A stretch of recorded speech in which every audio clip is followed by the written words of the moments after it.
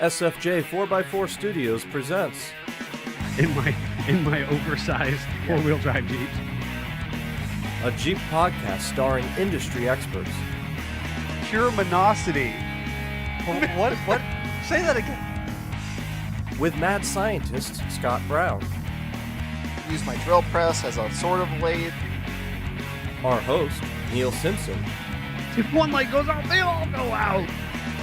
filled with shenanigans. We are really professional with Jeeps. This is I Speak Jeep. Good morning, afternoon, evening, wherever, however you are joining us. This is the I Speak Jeep podcast presented by SFJ4x4.com. My name is Neil with SFJ4x4 Simpson Family Jeeps, and I'm joined in Grandma's Couch Studio by the admirable Mad scientist Scott Brown sitting over Bum, there. bum, bum. Took that one from me. I was gonna throw in some other things there about you guys. Well, of course but you were. Jeff decided to be professional and go Well, after it. I was thinking as you started off, you gave that little awkward silent pause, I did. and then I thought about it. I'm like, he who remains quiet wins. But Mm-hmm. you just that's why I won.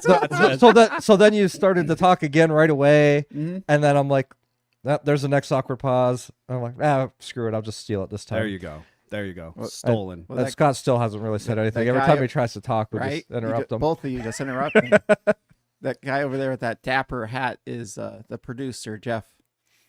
He right. does have a dapper hat. For those of you who are listening at home in your ear holes, we appreciate you. You make this all worthwhile. And what you can't see is Jeffrey's driving cap.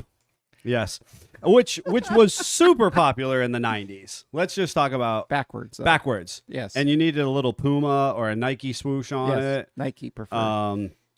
Man, I had so many of those. I rocked that hat style. Ugh. Not quite that hat style. That hat style reminds me of like getting in a bar fight at an Irish pub. But the other style, backwards. backwards. Much cooler backwards. Much. No. It has to be backwards. That was the 90s. We didn't wear hats facing forwards. Well, No. I would agree. The baseball caps always were backwards, but this cap, no. Yes, it was. Yes. I know. Oh, you know it was. I know okay. it was. I I'm was saying gonna that say. was just I not actually- correct. Actually, now that I think about it, in combination with my fanny pack, maybe I need to get one of those driving, and then we'll embroider one of our patches SFJ. onto it, our SFJ. Oh my gosh. Boom. We just, the new merch is going to drop, folks. You're gonna have to do SFJ Crocs with that as well. Oh, Ooh. SFJ Crocs. Then. With your SFJ socks. Yes. I'd rock them. You know what? You might know what I'm going to be on the show circuit this summer in. At this point in time, I'm going to have to get like the mesh, like the breathable driving cap backwards with the fanny pack and the driving cap and the Crocs and socks. Can it just be standard Crocs with like the charms, the crappy charms on there? So you know you're not That's what it's gonna bald be. yet when you wear a mesh cap.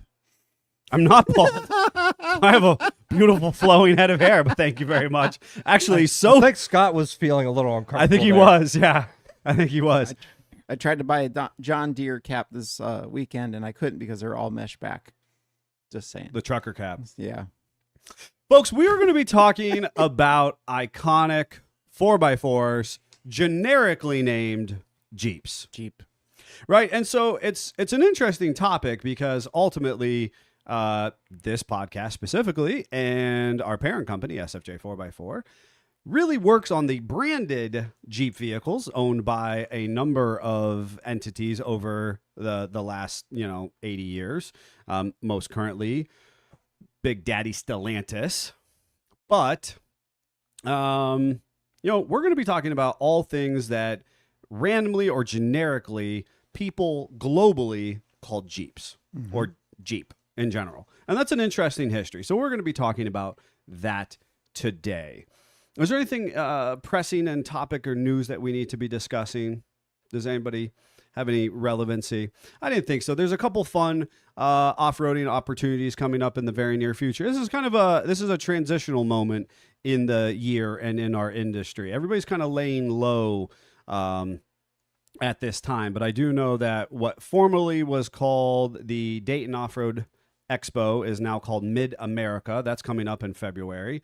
And I did see that some of your reputable off-road opportunities, specifically in our market demographic at the Ben Franklin Range / BFR, and also at Southington Off-Road / SOR, will be coming up in the very near future. So if you want to get out and stretch the legs, kind of beat some of those winter blues, there's an opportunity to do that coming up soon.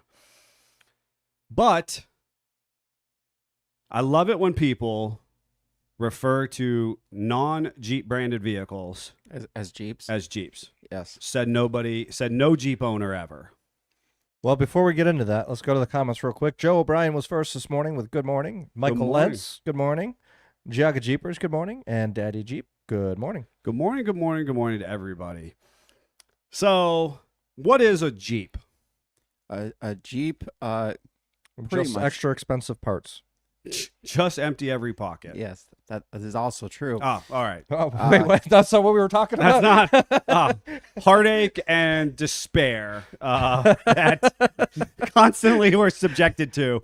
And people are like, "What? You're a business?" And I'm like, "Yeah, I still like the vehicle. I'm putting an engine in the wife's Jeep right now. I'm driving around on half broken brakes on the other one. We love the vehicle. We just understand that I it's just going to don't hurt us at the same time.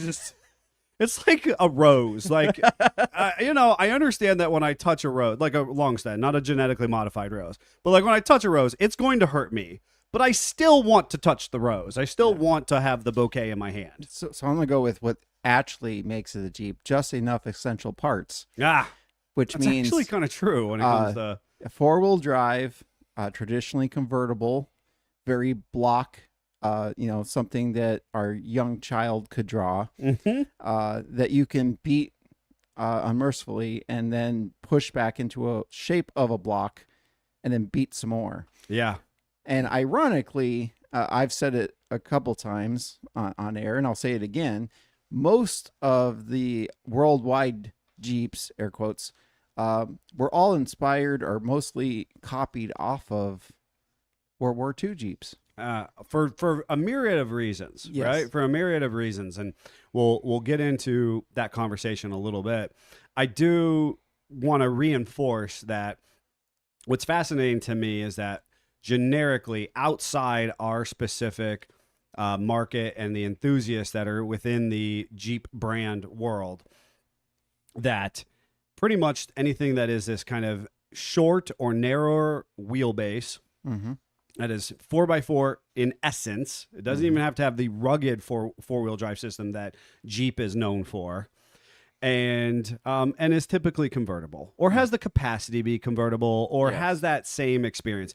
Now, in the grand automotive world, you typically have a higher center of gravity, so you have some form of a little bit Sleepy Jeep syndrome. sleepy Jim. Yeah, you have a higher center of gravity, so you have, kind of, it doesn't feel as good as a well-engineered, low-slung car. You know what I mean? It's never going to be a sports car. A sports car has those attributes, and a muscle car has blah attributes, and, kind of your big truck has an attribute.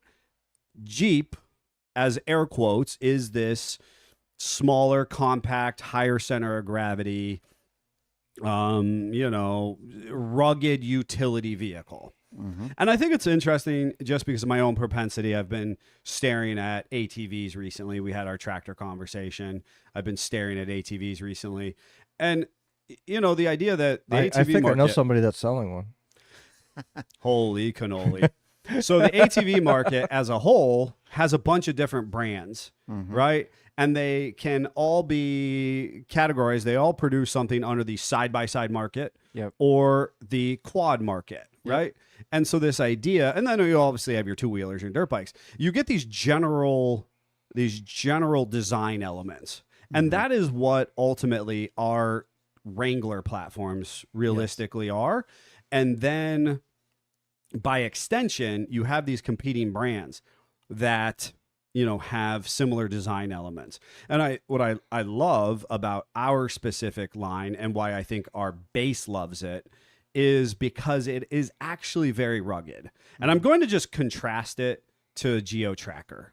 right? I'm going to take a moment and talk about the Geo Tracker, because that was, for the most awkward moment of my high school experience, what people, as I showed up in this built 87 Wrangler where I swapped the motor, and I had 35s at a time when 35s were 40s. And, I had all the KC lights because, obviously I was scared of the dark and all these things, and I had Beats. And then this Geo Tracker would show up kind of next and be like, oh, there's a couple Jeeps in the parking lot. And I'm like, no, there is one Jeep, And the Geo Tracker, simply by default of having a narrow, short wheelbase and was sort of four-wheel drive, people called it a Jeep. And the thing is, they're actually built so very differently. We have full frame, we have a full four-wheel drive system, we have solid axles front and rear, and those are some of the things that set our brand apart. And that's kind of why I was thinking about ATVs. There are better ATVs than others, you know? My question to you is, you bring up locally in the U.S. some of the ones that are like that. What about worldwide, the ones that are designed based off of World War II Jeeps, such as Willys in the UK? You've got the Mahindra in India. So I think the first one you got to start with, that I've always kind of chuckled with the story, is Get them. Land Rover. Get them. Yeah. I see you, Britain, and 19 your red coats. 1940 I'm not to offend anybody globally. Oh, jeez. No, I don't just stop. care. So anyway, Jeff threw his paperwork. The episode's over. We're done. I'm coming for you. The British. I don't even know what accent that was. Why? I see the whites of the Land Rover's eyes. so Land Rover in 1947.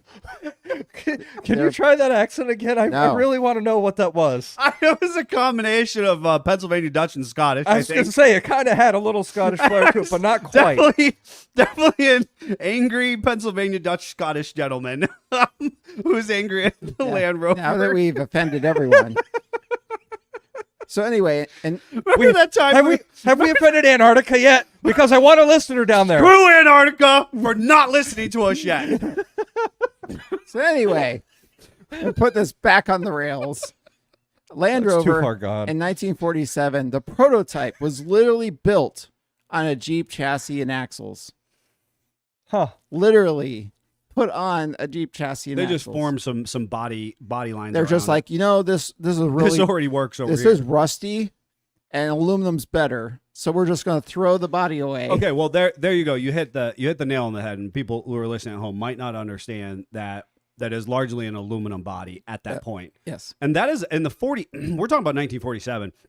America's not doing that. No. We're not doing aluminum bodies on vehicles with regularity. The other thing I thought was really kind of funny is the paint on the original OG Land Rovers was surplus paint from the planes. Yes. Which Yes. is, how much Jeep can you get? How? Yeah. Right. Yeah. How you? Oh, we have this How, random part laying around. Let's just put it on our vehicle. oh, without question. Without question.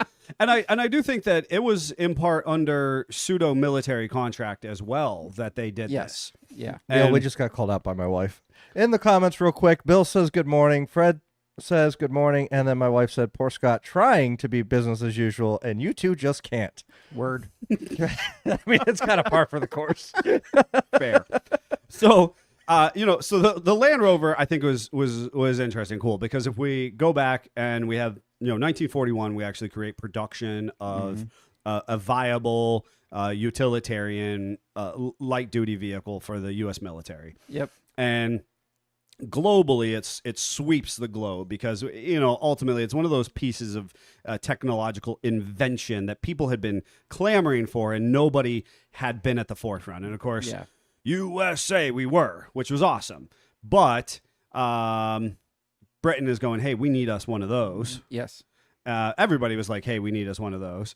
And it was interesting about during wartime production, there were points in time, and this will be something I kind of talk about coming up, but there were points in time where we loaded a bunch of military vehicles on ships and we shipped them across the ponds. Mm-hmm. But there were actually companies in global markets at that time who were entrusted with foreign production of these parts. Mm-hmm.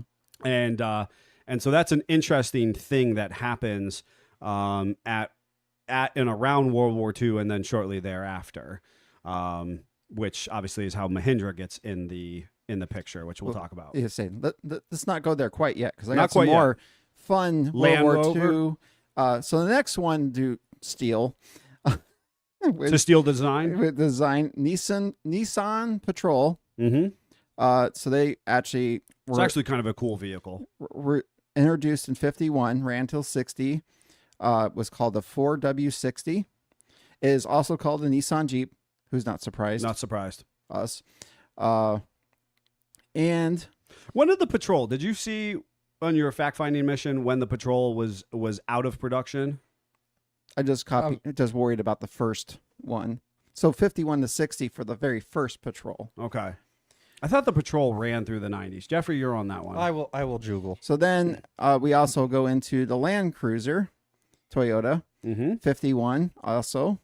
It was developed off a captured Bantam GP or Willys MB, which we know is a big difference. Wikipedia does not. And Willys, it was so Jeep-like. Willys got butthurt in 1954 and was like, hey, that looks too much like a Jeep. Right. So I thought that was interesting. And then you already referenced its grandchild, the Geo Tracker, the Suzuki Jimny, which sounds like Jeep. Mm-hmm. Just calling it out there. Yep. It was actually based on, and I apologize in Oh, I can't advance, wait. Oh, yeah, please, come on. Steyr Puch Hafenliger, which I will tell you about in a minute. Play it back, folks. Play it back. Take a moment. Pause your stream. So they bought one. Just go back 15 seconds and play it back. They bought one of those, and then they decided, you know what would actually be easier? Yeah. Let's buy another company that already has a four-wheel drive vehicle, Uh-huh. which was the Hope Motor Company, Mm-hmm. which had a small off-road vehicle. In 1968 is when they purchased them. And Who is this? What's that? Who's purchased? Suzuki. Suzuki. Okay. And then Suzuki Motor Company. in 1970, they Mr. came out with the LJ10, which stands for Light I can Jeep only 10. hear Mr. Roboto in my head after that. So then we go back to That's the still Suzuki, right? yes. Okay. He's not paying attention. I am. I am. No, you're not. Called the LJ10, Light Jeep 10. Go figure. Yeah. Oh, So then we go back into as opposed to the long Jeep. yes, Steyr Puch Hafenlinger, which was an Austrian army Czech. You didn't say that angry enough. Yes, you got to be angry. With phlegm in the back of your throat. It was built from 59 to 74. It was designed by Ulrich Lidwinka. You're on fire today. Were you painting this morning? So was that Eric? Was that Eric? I don't know. I think there's a U in there And somewhere. he was the York? son of the designer of the Tatra and the Volkswagen Beetle, which the Tatra is a Czech vehicle, which started in 1850, and they made larger military type vehicles, Mhm. which obviously were for the not so winning side of the World War Yes. II. Yeah. The So- not good guys. Not good guys. And that concludes Boring Facts with Scott. My wife calls it watching paint dry. So So there's a bunch of people between the 40s and the early 60s who run out and try to make a light duty short Yes, and they wheelbase either four-wheel drive. Copy off the German design ish, Czech, whatever, or the USA design. So the two actually functioning four-wheel drives that shot at each other during World War II pretty much set the precedence of design for That's the a good next couple summary. years. That's a good summary. back to the Nissan. Nissan. Let's take guesses on when the Patrol ceased to be produced. 91. 91. Oh, that reminds me, I have one more to talk about, but go ahead. Well, Well, you got to give a guess. When did the Patrol be final production? 2001. are you ready for this? Because I wasn't. Okay. It's still being produced today. The 2025 model is expected to be available in the U.S. by the end of 2024. The Patrol is a full-size off-road SUV. Well, way to break into that U.S. market. Yeah, right. Wasn't ready. 51 till I now. speak Patrol. There it is. The all-new Patrol. Huh? Never stopped production. Really? Does it actually never stop production? See if there's a break in there somewhere. That's So Weird. speaking of who knew? other copies, we had one of these show up to the business. Yes, Uh, super cool. Mitsubishi Jeep. Says it's been made since 1951, sold throughout the world. It's literally what I told you, but I know, anyway. but I'm saying there's. Well, we weren't paying attention. I know that he said it because he said 51 to 60, but it's saying that it never actually stopped. Yeah, I just Well, thought the it stopped first production. Patrol was Correct. 51 to 60. Right, Correct, correct. but See, I was paying attention. Anywho, Unlike that guy. the Mitsubishi Jeep was based on the CJ3B. It was by license from Willys, yep. which is why it looks so much like that. They made them in short, medium, and long wheelbase, Mm-hmm. and they were produced from 1953 till when? I think they went to the late 80s, 88. What's your Jeff? You're what's your Jeff? Jeff. What's your Jeff? I'm gonna go 78. 1998. Wow. And only reason they got put out of production is because it couldn't produce with the current crash and environmental standards. So it's fun to kind of, if you don't have a concept for that, folks, go and check out what a CJ3B or the high hood edition. Yes. Now, the one that showed up was a young man. He had imported it. To my knowledge, he either imported it or he knew the importer who had brought it in. Mm-hmm. And they were diesel. It was a diesel. Yep. What's super cool is about some of these global knockoffs, if you will, is that in my opinion, they're actually superior at this point because obviously we've continued manufacturing processes. They took, 53 is when it was introduced. That's literally when the 3B was introduced here. Right. But here we just gave up and threw that design away. They continued to refine it and change it, Right. which, they got the little diesel. They did some other things that They reinforced the honestly, frame to allow that. They made some more robust modifications. makes a OG Willys owner kind of jelly, Correct. because they continued on that thing, kind of like Mahindra did Right. with their Jeep, not Jeep. Right. They took that design and just continued to cultivate it and come up with new ideas and kind of make it better instead of just, let's just throw that away and make something new and shiny. Mm-hmm, mm-hmm. Which is part of the American car culture. We're constantly trying to appeal to that next level of consumer.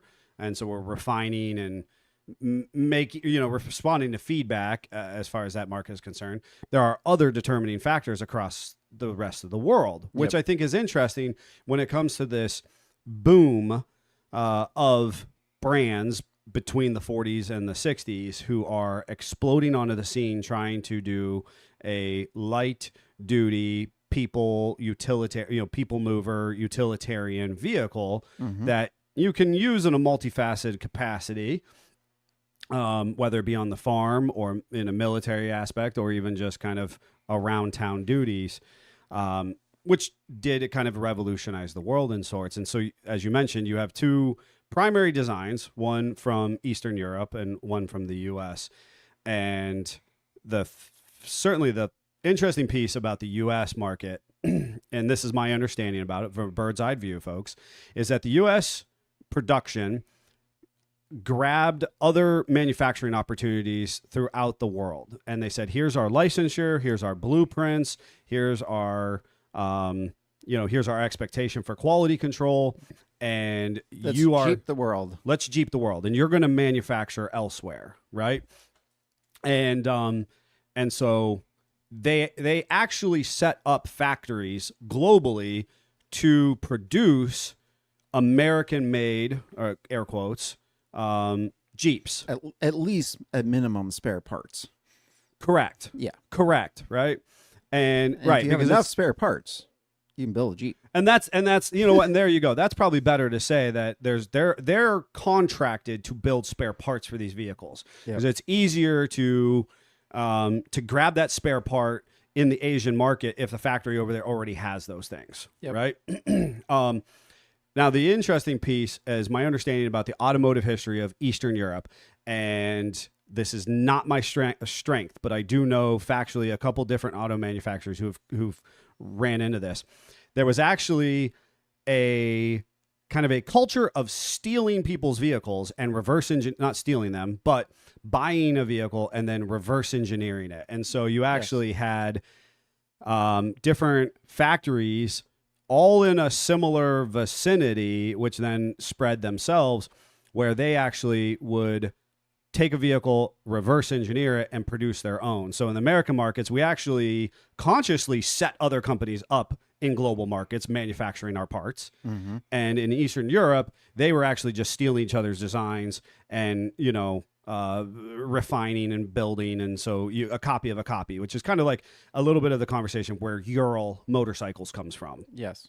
So that was actually part of that world or industry in Eastern Europe. And so it's interesting how we actually actively set up these accounts because we benefited as American manufacturing and as the superpower that our military was at that time.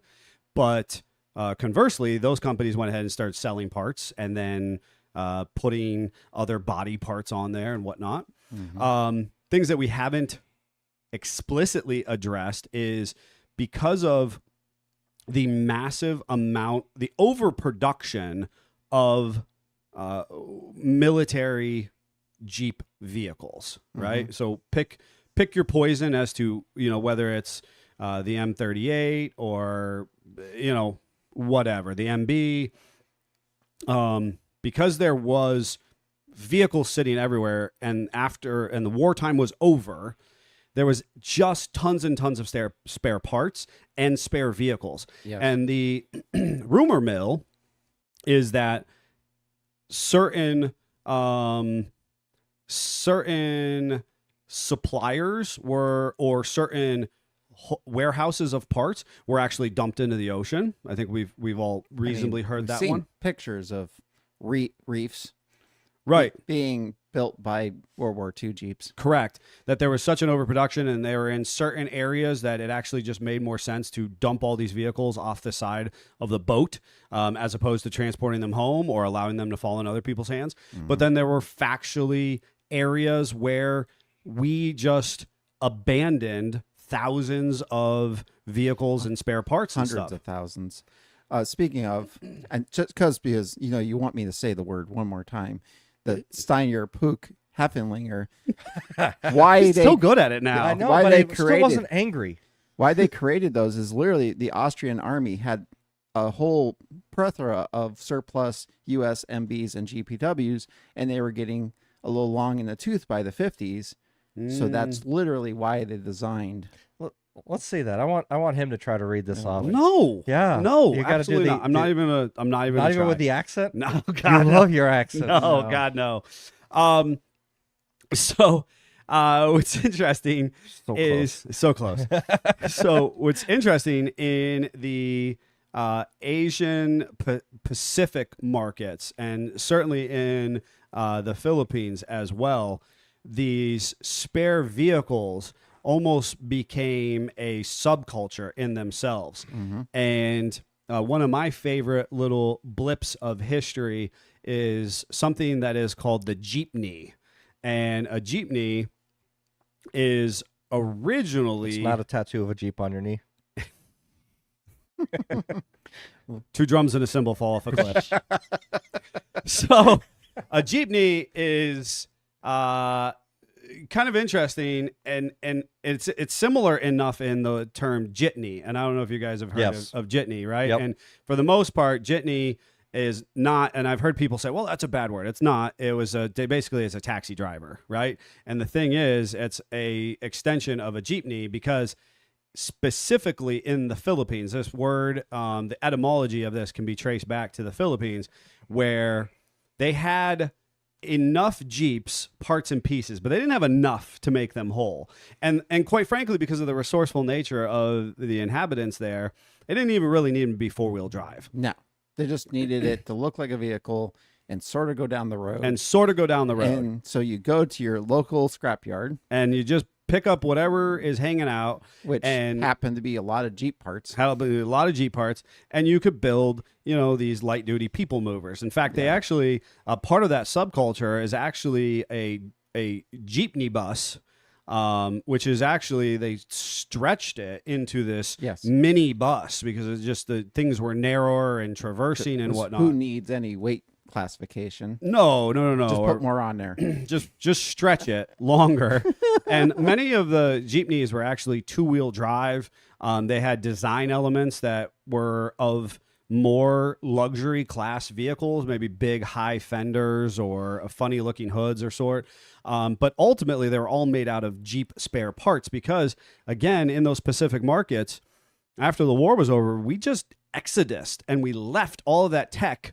Certainly, the Jeeps were considered a disposable item, right? We Yeah. probably took our highest ranking war items with us, but realistically, Jeeps might as well have been a disposable The wrapper of your transportation burger. to get them back after they've been assembled overseas was more than it was worth. Well, like They I said, crated them over, so it was easy Yes. that getting them there. well, like I said before, the expected life expectancy of a World War II Jeep was 6 months.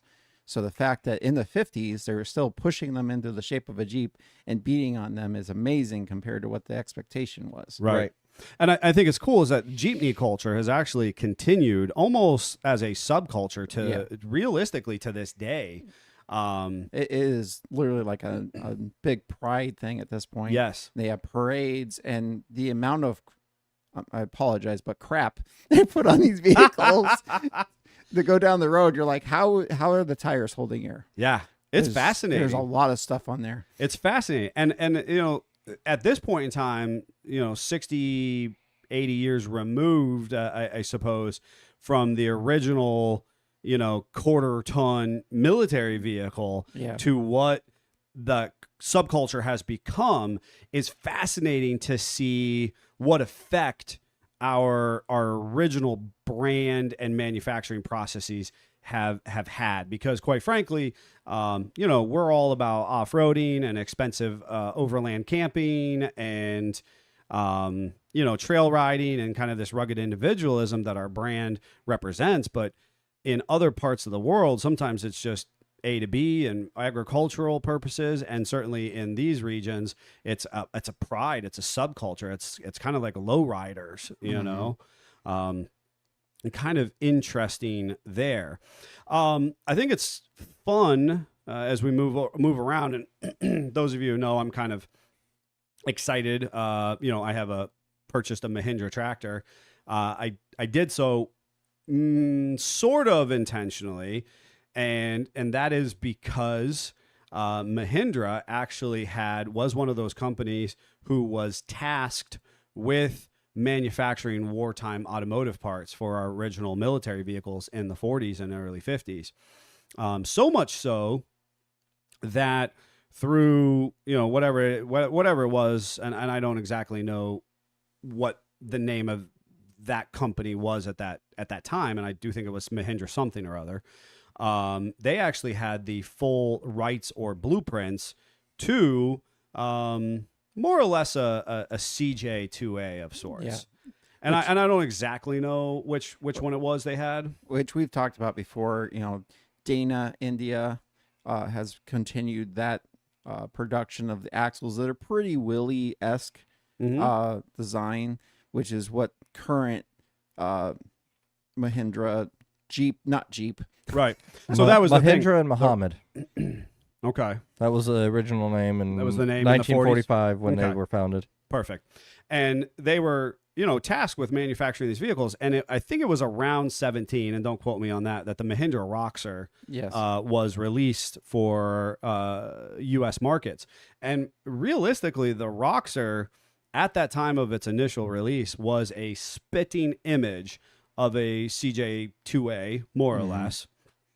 But it was improved upon in every way, shape, and form that you could possibly imagine. Yep. It is just hands down one of the coolest vehicles within that light duty class you could find. And for a moment, the Willys people were upset, and then they realized they could use parts from them to make their vehicles better.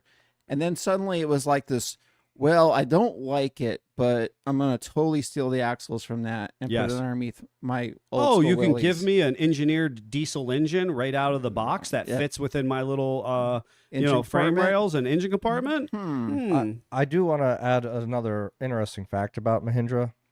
So Muhammad left in 1947 to become Pakistan's first finance minister.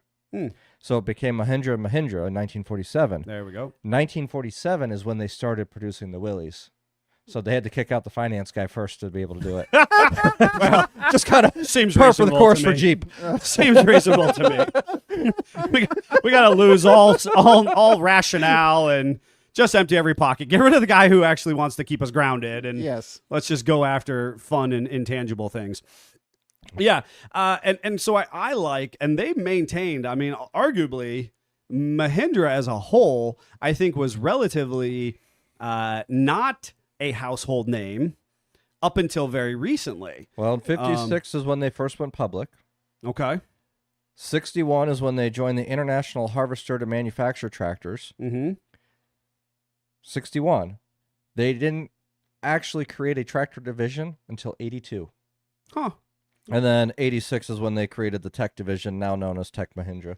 So I think what's interesting about them as a whole is they've just kind of maintained a low profile globally while still keeping a degree of high quality expectation.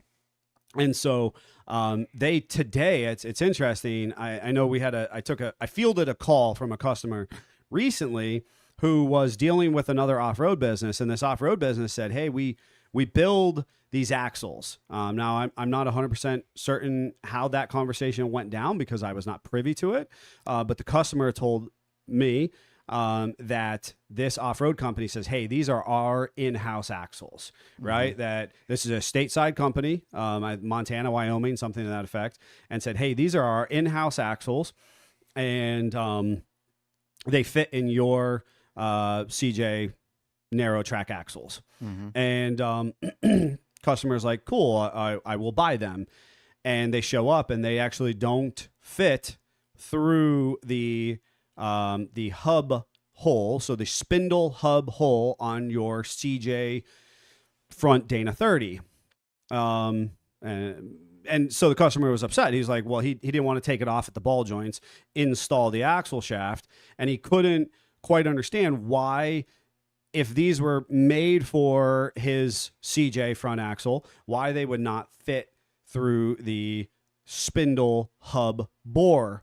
And for those of you who are into like any late Jeeps in the 80s through current present, we have hub bearing unit assembly. So it's just one piece and it bolts on. For our older models, you have this spindle that bolts onto the knuckle and then a free floating hub from there, serviceable free floating hub. And you used to have to, if you broke a U-joint, you have to undo all of that. And the customer had reservation because now you would actually have to drop the knuckle at the ball joints as well. You would have to unbolt all of that and drop the knuckle at the ball joint. And he was, for the life of me, couldn't figure out why this company was passing these off, because like, they don't make any sense. They have to do all this. If you were to service this in the field, it would be a nightmare. Well, the issue is, and whether this company misrepresented themselves or not, I don't know. But they're actually just Mahindra axle shafts. Yep. And they are actually made, and don't quote me on this by any stretch of the imagination, but in or around Spicer's overseas manufacturing division, because they were sold under very similar, under a very similar marketing or marketing guise. And I do, within fact, know that a number of our Spicer parts do come from India still. There are some fair manufacturing processes over there. And so here, the thing is, the axle shaft actually shared the U-joint assembly of our modern day U-joints. If we were to go back to those wartime U-joints, they're very small. Yes. Right? They're almost like a steering shaft U-joint, which, it is not going to be great with bigger tires, with a heavier Jeep, with more rough terrain. Right. So Mahindra just continued the evolution, Correct. made the axle shaft more robust, therefore needed to be bigger, Correct. which is great until you try to retrofit, and now you've realized all the things they've changed Correct. in that design. some things have kept the same, some things aren't. Right. And so it's interesting to know that, again, there is certainly a stateside company passing these axle shafts off to our CJ owners as an upgraded axle shaft assembly for your narrow track axle. I want to jump to the comments because that is a really cool comment from Jerry. Okay. I had the opportunity to give two of the Mahindra brothers a tour of the Toledo Jeep plant about 1989 when they were renewing some licensing issues with our corporate offices. They were very interesting and showed a real respect for the Jeep history.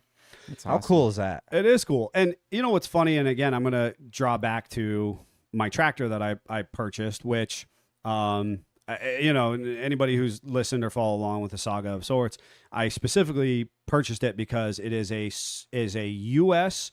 certified CRD, clean diesel engine. And Mahindra intentionally moved capital around in their company to develop an engine for stateside domestic markets, showing again a tremendous respect for, kind of our Western culture and expectations of doing business in this area. Well, that or just knowing that as Americans, we're dumb enough to pay the price for it. That's fair. Fair. I didn't want a regen cycle and I didn't want death. That's just, I didn't. And you were willing to pay the price for it. I'm not sticking, the man's not going to keep me down. I'm going to burn my diesel happily. See, this is the problem. I am a juxtaposition. People don't know what to make of me, one way or the other. See, I just bought the green tractor that says it's American, but has a Yamaha motor in it for some reason. Right? See, that's the thing. I mean, you've got an Indian engine in it anyway, so I whatever. just feel better because it's green. Anyway, the fun thing in all of their marketing materials is they reference the fact that they worked closely with the U.S. government for, for this Jeep manufacturing history. They actually use all of that to say, hey, this is kind of the robustness that helps us make our tractors. And that's an interesting, again, Mahindra, other than their Roxor side-by-side at this point, has no specific entity in the fight, but they're utilizing the kind of the ingrained nature of the iconic Jeep market to sell tractors. Obviously, it worked on me. Yep. Well, and you like red tractors. I was Well- going to say the colors what worked on you. Let's Red be real. and black. I mean, it's pretty standard for the course. Simple man. I've got simple needs. Oh my Matched your goodness. flannel, so you're good to go. Yes. Well, I knew we were going to talk about it today. Uh-huh. So we talked about the Suzuki Sidekick. We talked about the Geo Tracker. Saying Suzuki Jimny, but okay, that's fine. Well, we didn't talk about the Sidekick then. Well, Sidekick is a Geo Tracker. It's the same thing. So there's a couple that you're missing though. So Okay. I'm just wondering, if you can produce any other Jeep inspired. Now Jeff's interested in his list again. So, Land Cruiser, I said that. Ford Bronco. Oh, I forgot to say Samurai. I said Sidekick. Yes, you said Sidekick, which is a Geo Tracker. It's a Geo Tracker. The one in between the Jimny and the Tracker or Sidekick is the Samurai. This is the Samurai. Yep. What about the UAZ? What is a UAZ? It's Russian, and it's a rugged utilitarian vehicle for harsh conditions. Hmm. Yeah. Mm-hmm. I have no idea what a UAZ is. Couldn't tell you I've seen one. Hmm. All right, what else you got on your list? Well, that's pretty much that. No, the he always Broncos. brings like, oh, I got all this information, and he has like one fact, and then he just drops a mic. Well, And he presents it to us like, I'm ready, Jeff. I'm ready. Give it to us, and Yeah, then we it's get the UAZ. Oh, that was That's all I know about it. whoa. That's it. It's called the UAZ. That's right. it's from Russia. That's all you need to know. Uh, We're not allowed to know more than that. All right, what was It's in a that secret base. absolutely hideous thing that was the half sports car, half Jeep thing? which time? Which Oh, time? Jesus. You got to look at the UAZ. Oh, it just looks like a Looks like a Jeep. it looked like I think the Geo had I was a going to say, it's similar four-door. to a Geo. Yeah, Geo had a four-door that looked like that, yeah, right? Yeah, it did. Giaga Jeeper says International Scout. That's fair. Well, so it's interesting to talk about our domestic markets, and we get into the Scout and the Bronco, right? Which in our noodling on this episode, we did. Ooh, the 90s UAZ is really Jeep inspired.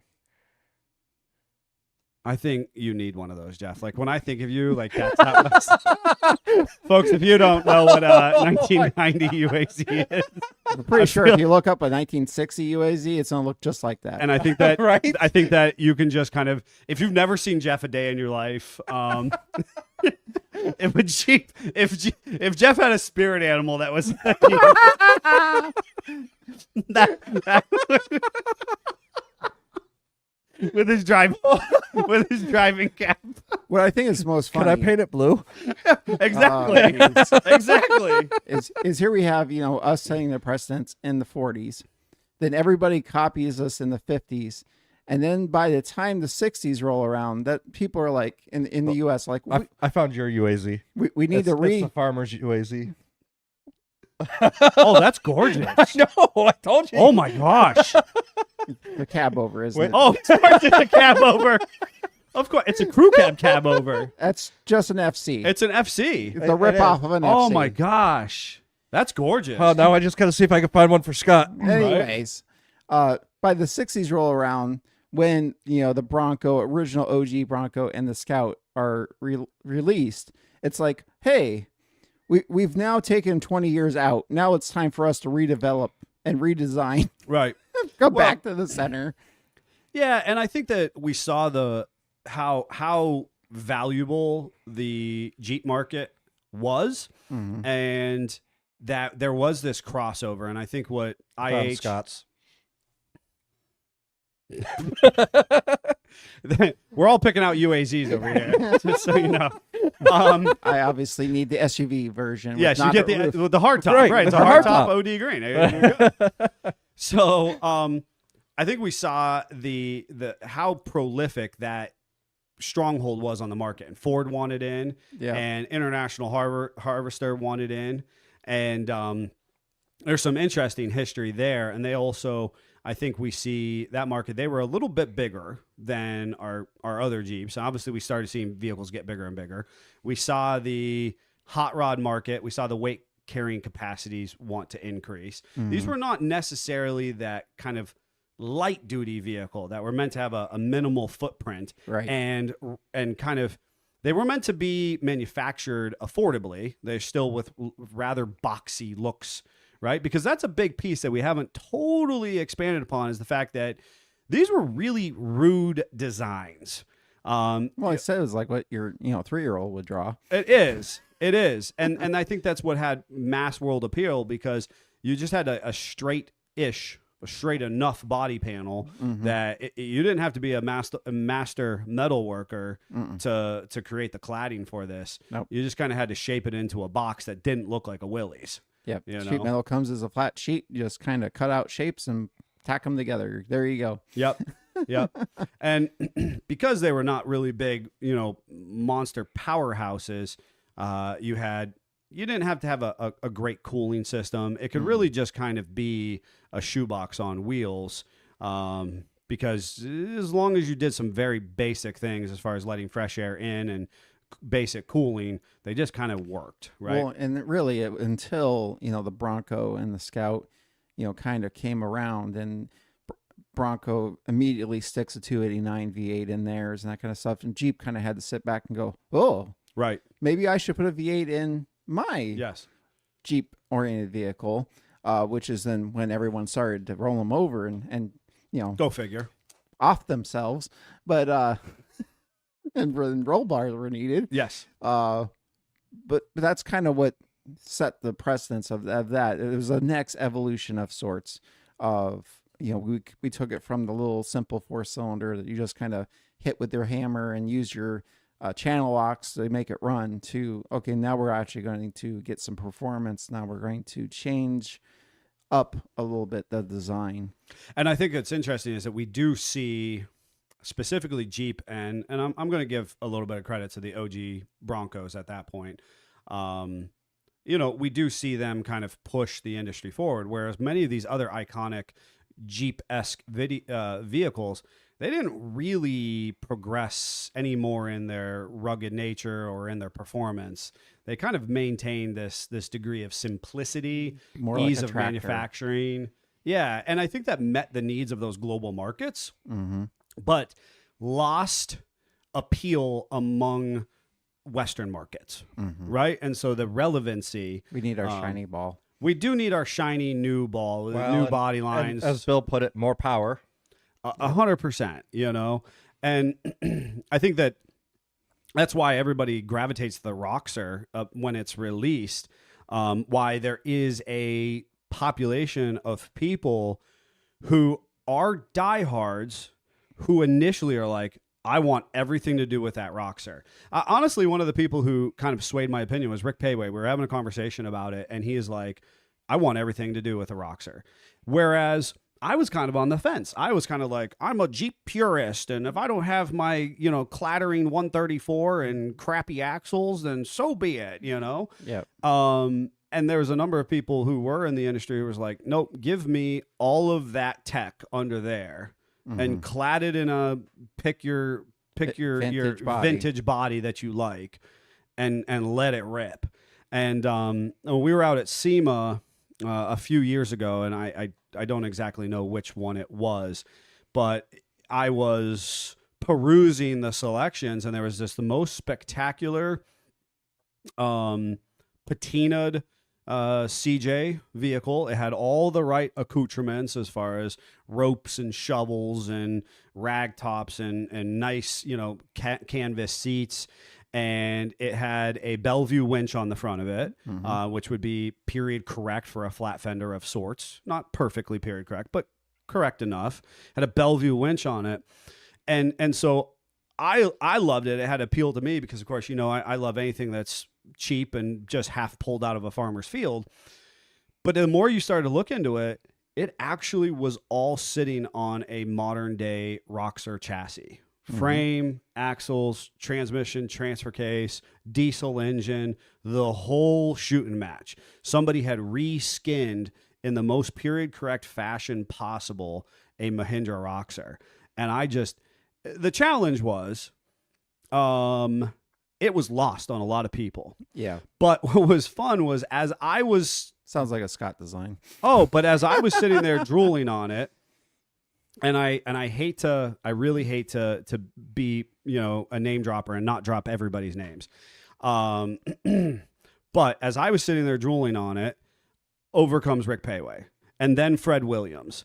And well, actually before Fred joined us was the gentleman who does Gone Jeepin'. And for the life of me, he's the one who's doing the resurrection of the CJ8 that went from tip to tail. And runs their Gone Jeepin' YouTube channel. And I'm sorry, I don't remember your name off the top of my head. I'm drawing a blank. And then Fred Williams came to the picture. And here we're all standing, drooling at this vehicle, being like, is that not the most spectacular build? And meanwhile, we're in the hall of SEMA, and everybody is just like wandering like zombies past it to go look They at don't the know next. what they're. Because they have no idea what they're looking at. Yeah. And so it's just, again, this fantastic influence that the most iconic production of our Jeeps has created. So Jerry said Kia still produces an M715 inspired vehicle called the KM450, I have heard that. Yeah. And Daddy Jeep said Payway. what did I say? I thought you said Payway. I don't thought know you what said Payway. I don't know what Rob's doing. That's fine. So, and I do think the M715 repo is pretty cool. I would love to actually, because I'm on those groups as well. I've seen a couple stateside, and they look darn good. If you could think about so other people's vintage restos, right? When we do a vintage resto and it comes out, especially if we get if we have carte blanche to do it, it looks. He's saying it's Gone Jeepin'. Is Rick Payway? Oh, no. There's another host. So Payway is actually just guessed the actual character who created it. And on YouTube, he runs the Gone Jeepin' YouTube channel. Last Jeff's I knew. on the jugal. Get on the Jugal, Jeff.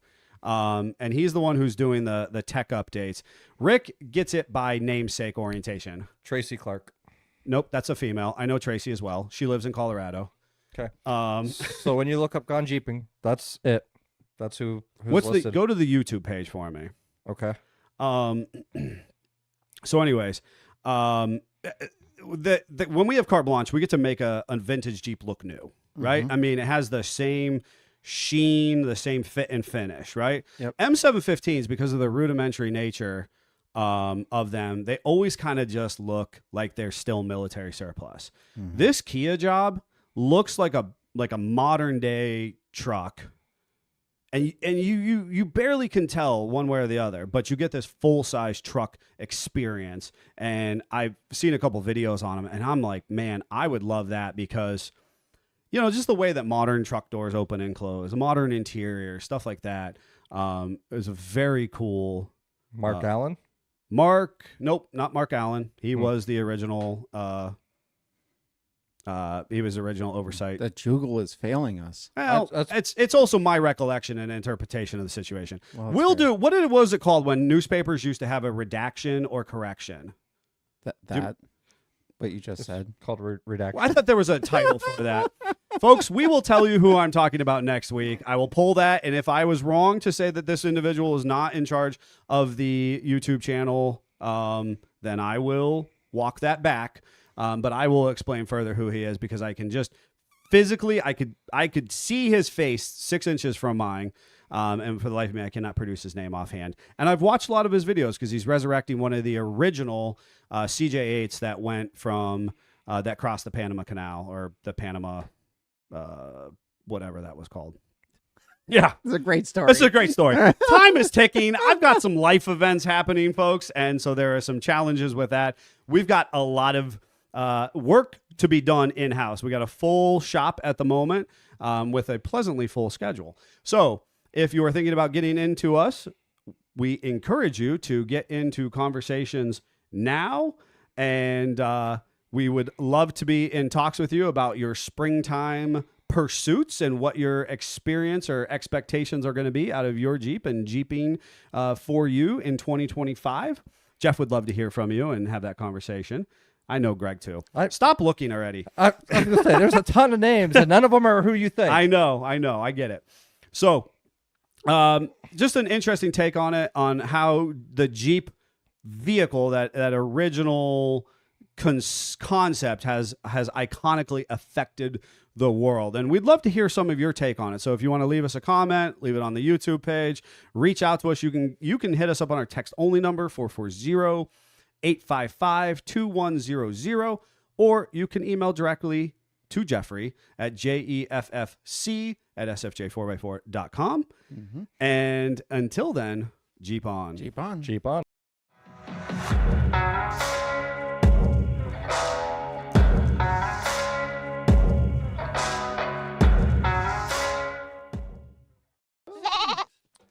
There's Good Neil catch. trying to run out of the studio. I don't think it's working very well. No, He just about face planted into the door there. he did catch his water bottle though.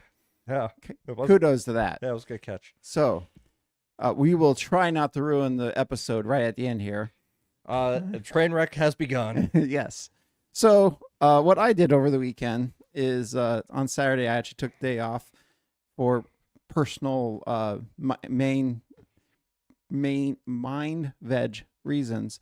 But I decided to take my John Deere and put the forks on it, go out, and I have been building a weight box. So I've had this metal box since I was living at my parents' house when I owned a 66 J2000 pickup truck. This came in the bed of it. And originally I wanted to use this as a toolbox in that. And because I'm a hoarder, the truck's been gone forever and everything else. This has been languishing behind my garage forever. Still with some AMC motor parts in there because, can't completely get rid of those. Those are the weights at this point, right? Well, actually, no. So I cleaned it all out and I made a frame for it to sit on that attaches to the 3-point. And then I promptly filled it with chain and a pair of AMC 360 manifolds and a hitch. That was close. And- Still use parts. and a bunch of other stuff. And I guess my current photo taking ability on my phone is it makes it look more stretched out than it's supposed to be. So I posted a couple pictures on this homemade attachment group that I'm on now because 6 weeks with the tractor, and they all lost their minds and they're like, "You're gonna break your 3-point. That's out too far from the behind the tractor." Excuse me. All kinds of other stuff. I needed to move it in 3 inches, and I'm like, "No, I'm not moving it for 3 inches. It'll be just fine." And everybody's like, "Well, just don't put as much weight into it because the further back you go, the more leverage it has." And I'm like, that's literally what I want it to do. I don't want an 800 pound block of concrete. I want to put my random junk in it and it to give me the same effect. So I'm just going to ignore you and continue on. So I have that on the back. And so I put the forks on for the first time with the weight box, and I go out there, and, because again, I'm a hoarder. When I had my AMC Rambler Classic, I had spare parts. So I had like part of a car here and a part of a cow over there. And I'm like, I'm tired of mowing around this stuff. Let's see what it can pick up. So I picked up all this kind of random car junk that was languishing in my field and put that all on the car trailer so it can all go away. And a useless note, what it won't pick up is my spare parts tractor for my Alice Chalmers B. It refuses to pick that up. It's too heavy for it right now. But it will pick up my 2004 Kawasaki Prairie 360 4-wheel drive and move it around. So, of course, I had the Scottism, how much will it pick up? Well, the Prairie weighs almost 600 pounds, and it currently has a metal box on it, plus my 10.5 Warren winch on the front of it, just sitting there because it's flat surface and it's at my house. So, of course, I'm going to pile crap on it. Makes total sense. So the tractor will pick up 600 pounds and not tip over with my weight box, which is a complete win. Cool.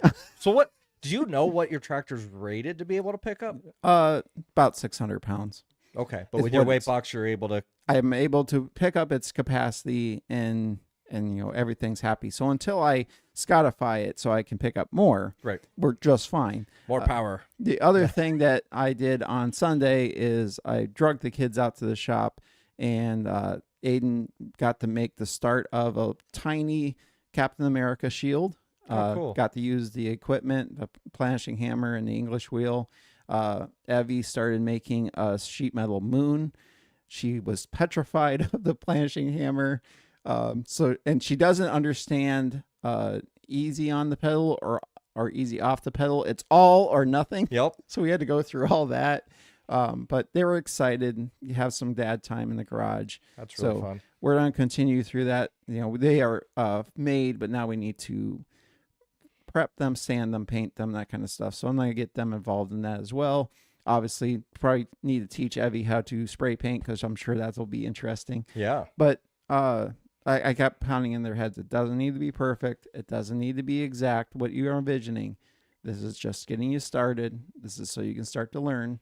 And if you don't make mistakes, you can't broaden your horizons. That's right. So I'm going to kind of start with my Sunday and work backwards to my Saturday because sounds like a normal Jeffism. yeah.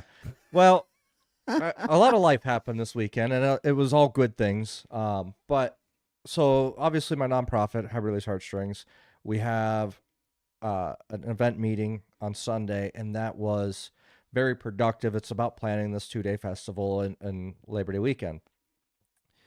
As part of that, we finalized what the prizes will be this year. To put it in perspective, last year's biggest prize was $1,000. Mm-hmm. This year's biggest prize is $2,500. Mm-hmm.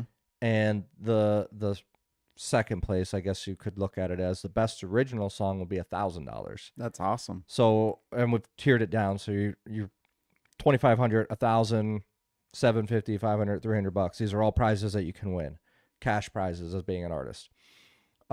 It's free to enter, so it's really cool. A good opportunity there. But on top of all of that, the venue that we're working with, Voodoo Brewing Company, they're working on ironing out what details they're going to cover of the event, and very promising in the initial outlook of that. I hope to be able to share more details on that here in the future. Mm-hmm.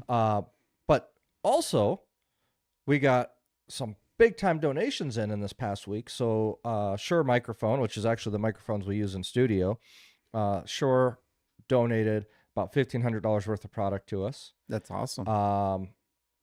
A part of that goes into the raffle package that we're putting together, or that we put together. Keynote Guitar, which is a local music shop in Erie, donated over $2,000 worth of music equipment. So now we have this ultimate music bundle that's worth about $2,500. So that's one raffle prize. Mm-hmm. We also got donated a piggy bank clear box safe of cash that has about $2,500, $2,300, somewhere in there. It's over $2,000 in cash in it that's being raffled off. So now we've got these two giant raffle prizes. We've got the competition prizes. This event is just going to be massive. So on this raffle, is it something that you need to be there and buy a ticket for? Or is it something that you can buy you hope to be there? Or how's it work? So the raffle part, you don't have to be present to win. We're going to start selling tickets very soon. Online or? In person. You'll have to buy it from one of our reps. There's gambling laws about selling online. So, so we have to, we're waiting on the small games license to finalize, which, by the way, at the event meeting, one of our volunteers sponsored the $120 or $175 that we need to pay for that licensure to do that. That's awesome. And then, because we're doing cover music, we have to get music license. Well, that's going to cost us about $1,500. Another one of our volunteers was like, I got you. And actually, it's a Jeep fan, a fanatic, one of our Jeepers, Julie Gould, and she's one of our volunteers. So she put up the $1,500 for the music license. So we got those donations at the meeting. Plus, we got the donations for the raffles all put together. So it's just really shaping up. The raffles, the way they're going to work, as soon as that license comes in, we'll start selling the tickets. You'll be able to buy it from any of our representatives in the organization, or at the event. If you come to the event, you can buy them there, depending on how many are left. But we're going to sell $10 a ticket, only 2,000 tickets per raffle. Oh, okay. So really good chances to win at reasonable prices. That's awesome. It's crazy how big this event is growing and how fun it's going to be. So yeah, it's all good things. Obviously, a lot of work goes into that, and I got to keep working at it. It's when I'm not here, pretty much doing nonprofit things. We also got instrument donations, so we got another guitar donated and another keyboard donated. Well, we did do something else. Well, yeah, and then last week we also got a saxophone donated too. Oh, that's awesome. That was from one of our customers here and listeners on the show. That's awesome. So that was really cool, and I appreciate that. So shop-wise, on Saturday, my Jeep needed to be serviced. It was making some grindy noises. It was contesting the 1-ton useness. Yeah, my gas mileage was getting really, really bad. So You're down to almost JK level, I think. I think I was below JK level. Oh, that's bad. Yeah, it was bad. Maybe real TJ bad. level. It was, yeah. My average gas mileage was down to about 10 to 12. Oh, you were TJ level. It was not good. Almost YJ level. So, we tore it apart, checked out the bearings. Both carrier bearings were a little grindy. Angry. They were upset. They were ready to be changed. The pinion bearing, we pulled the race off, and the race is like, this looks like a used race, not terrible. And then you start looking at the bearings, and they're all pitted all the way around. It's like, that's part of the problem. Jacked them. So, all the bearings needed to be replaced. Obviously, we did the outer bearings and everything as well, and the seals. But also, on top of that, my parking brakes were starting to seize up, and so there was that too. So I had parking brake grind, I had wheel bearing grind. I can't figure out why my gas mileage was so low. Me neither. And it's funny because Greg obviously helped do all this, and he couldn't believe the amount of wear on the bearings. He's like, I don't understand. I said, Greg, I've got 77,000 miles on this. He's like, yeah, but still. I'm like, I use it like a 3/4 ton or 1 ton pickup truck. Right. I've abused this thing. the fact that that's all we're finding, I'm kind of happy right now. It's all good. So that was the